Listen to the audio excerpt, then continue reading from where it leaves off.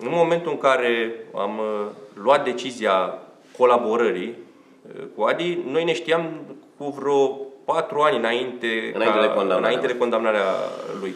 Și ne știam tot lucrând în cadrul unor cabinete asociate. Adi e mediator la bază din punct de vedere juridic. Și lucram cu el și rezolvasem foarte multe spețe unde se putea face această mediere. Ca să vă dați seama, șansele de reintegrare a unui deținut sunt minimale, pentru că nimeni nu vrea să lucreze cu un pușcăriaș. Ei, în afară de spălătorii, servicii... Un fost pușcăriaș. Da. Nu, e catalogat pușcăriaș și după liberare. Așa îi se spune. Păi tu ești pușcăriaș, ce să lucreze cu tine? Nu ești perceput ca un fost pușcăriaș, da? Penitența și, până la urmă, ostracizarea se produce mult după ce a executat pedeapsa. La cererea unui deputat, Ministerul Justiției a anunțat câți pușcăriași au ieșit mai devreme de după gratii grație recursului compensatoriu. 21.000. Cătălin Radu Tănase are toate datele. Bună seara, Cătălin! Bună seara, Andreea! Bună seara, doamnelor și domnilor! Numărul celor care au ieșit în ultimii 2 ani mai devreme din pușcărie sperie nu numai atât ca cifră absolută, ai spus-o chiar tu, 21.000 de persoane, ci din cauza gravității faptelor pe care le-au comis și pentru care ajunseseră în spatele gratilor.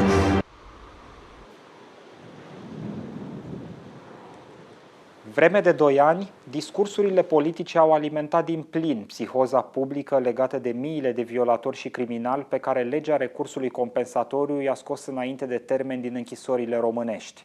Prevederea, implementată de autoritățile naționale pe fondul condamnărilor repetate ale României pentru condițiile de detenție, le scădea deținuților 6 zile din pedeapsă pentru fiecare 30 de zile de închisoare executate. Eliberările prilejuite de legea recursului compensatoriu n-au fost însă nici pe departe mecanisme ieșite din comun în gestiunea sistemului penitenciar. Anual, mii de deținuți sunt eliberați condiționat și nu puțini dintre ei revin după gratii, adică recidivează. Între 2016 și 2019, peste 38% dintre deținuți erau recidiviști. Dumneavoastră lucrați exclusiv în spețe penale. 90% din cazuri sunt... Dacă faceți o evaluare a acestui deceniu profesional, care e rata de recidivă în cazurile dumneavoastră? Oameni pe care i-ați... 40%. Recidiva e un fenomen peren în sistemul carceral românesc, iar simpla schimbare a unor criterii luate în calcul la eliberarea condiționată nu tratează simptomele eșecului sistemic de reintegrare socială a foștilor deținuți. Dimensiunile recidivei țin foarte mult de acest proces de reintegrare. E un proces care începe în penitenciar și continuă și după eliberarea deținuților. Persoane implicate în activitățile de reintegrare într-un penitenciar de maximă siguranță, dar și un fost deținut, ne arată 2 vederi radical diferite despre scopurile, mijloacele și rezultatele proceselor de reintegrare a deținuților. Nu de puține ori, succesul acestor procese ține mai ales de condiția socială a persoanelor condamnate și de noroc. Fiecare penitenciar, prin Serviciul de Educație și Asistență Psihosocială, are pregătită o ofertă de programe și activități educative, de asistență psihologică și asistență socială. În fiecare an această ofertă se actualizează în funcție de specificul populației carcerale. Aici avem deținuți care sunt în regim de maximă siguranță și regim închis. Psihologul face o evaluare a fiecărui deținut, începând de la depunere, pentru ca să identifice statusul psihosomatic, zicem noi. Dacă este o persoană condamnată pentru infracțiuni cu violență, este clar că îi recomand un program pentru reducerea potențialului agresiv. Cât durează, de exemplu, un program de, pe acesta pe abuzuri sexuale? De obicei, întâlnirile sunt bisăptămânale. De 2 ori pe săptămână, psihologul are întâlniri de grup, cu grupul terapeutic. Se pot organiza și alte întâlniri individuale, în cazul în care, să zicem că un deținut poate nu simte nevoia să se dezvăluie față de grup și are anumite teme pe care vrea să le abordeze la consilierea individuală, însă, în medie, cam 24 de ședințe, cam 3 luni de zile minim un program structurat de asistență psihologică. Dacă durează 3 luni, nu e prea scurt? Strict pe intervenția în cazul agresorilor sexuali, pot să vă spun că durata unui program este mai lungă decât la celelalte.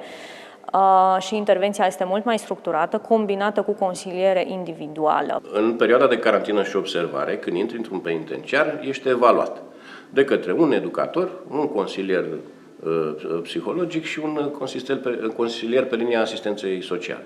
Se întocmește o fișă de evaluare inițială în care se identifică anumite nevoi ale tale ca și persoană condamnată, în raport de care ești inclus sau nu în programe de consiliere.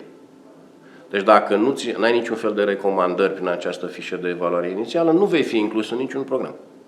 Pentru că eu personal, vă spun sincer, în urma evaluării inițiale, mi s-a spus clar, nu necesită intervenție, nici pe linie educativă, nici psihologică, nici socială.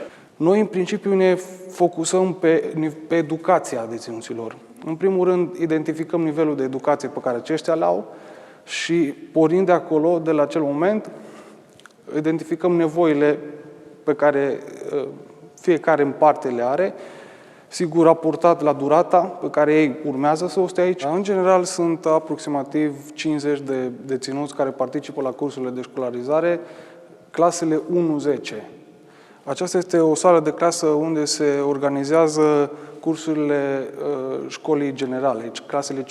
Cel mai bun elev stătea în prima bancă de obicei și stătea aici și de fiecare dată când venea, el se ocupa, ștergea tabla, avem acolo în dulapul acesta cu lacăt, avem rechizițiile pentru școlari, cretă și așa mai departe. El venea primul tot timpul, deschidea dulapul, punea rechizițiile, pregătea și noi când veneam cu profesorii, de multe ori erau deja sala pregătită.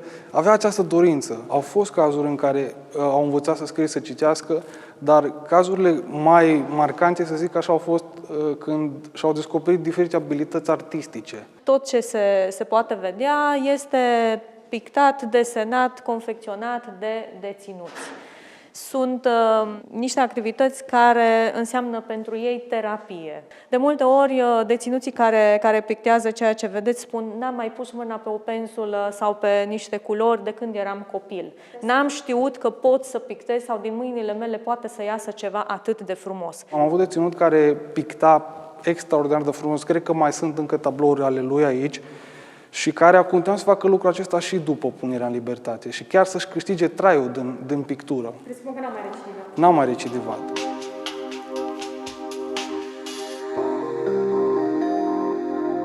Sunt informații date de nivelul clasei a 4-a. Adică legat de istorie, artă, medicină, geografie, nu știu, religie. Religie și așa mai departe. Adică sunt niște informații minimale de nivelul clasei a 4-a. Cu niște materiale documentare să pun la dispoziție, niște chestionare să răspund la niște întrebări cu mai multe variante de răspuns și asta înseamnă activitatea, programul respectiv. Din punctul dumneavoastră de vedere, au vreo însemnătate aceste activități? Chiar și pentru... Dacă ești analfabet... Pentru unii, da. Da, dacă ești la nivelul clasei primare ca evoluție, da. Că de bine de rău te învață să scrii, te învață să citești. Sunt și unii care au un nivel extrem de scăzut și da, te ajută. Dar ăștia sunt, nu știu dacă sunt 5% dintr-un penitenciar. La un moment dat mă săturasem să completez cereri de exercitare a drepturilor pentru deținuții care nu știau să scrie. Da? Nu știau să scrie, să citească. Efectiv, sunt asemenea oameni.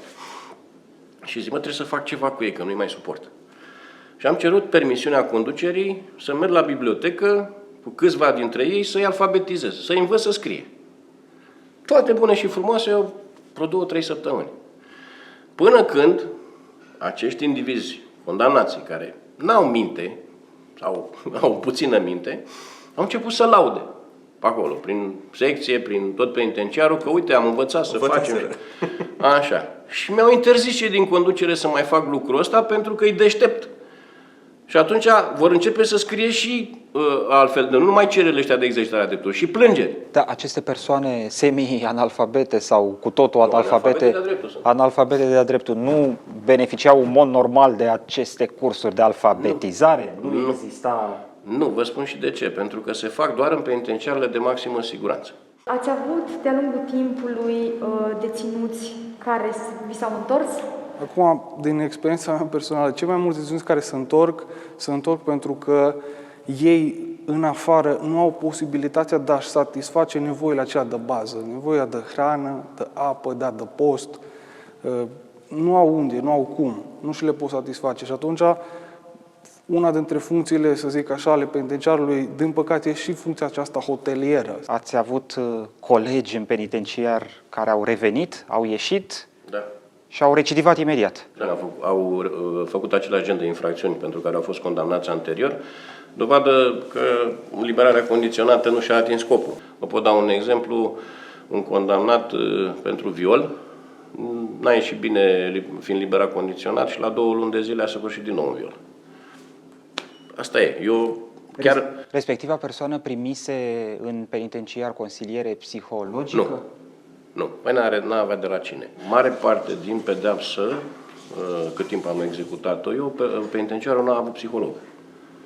Deci din cei 3 ani și 10 luni, vreun an și ceva am avut psiholog, n-a avut angajat. Deci n-avea cine să-l consilieze.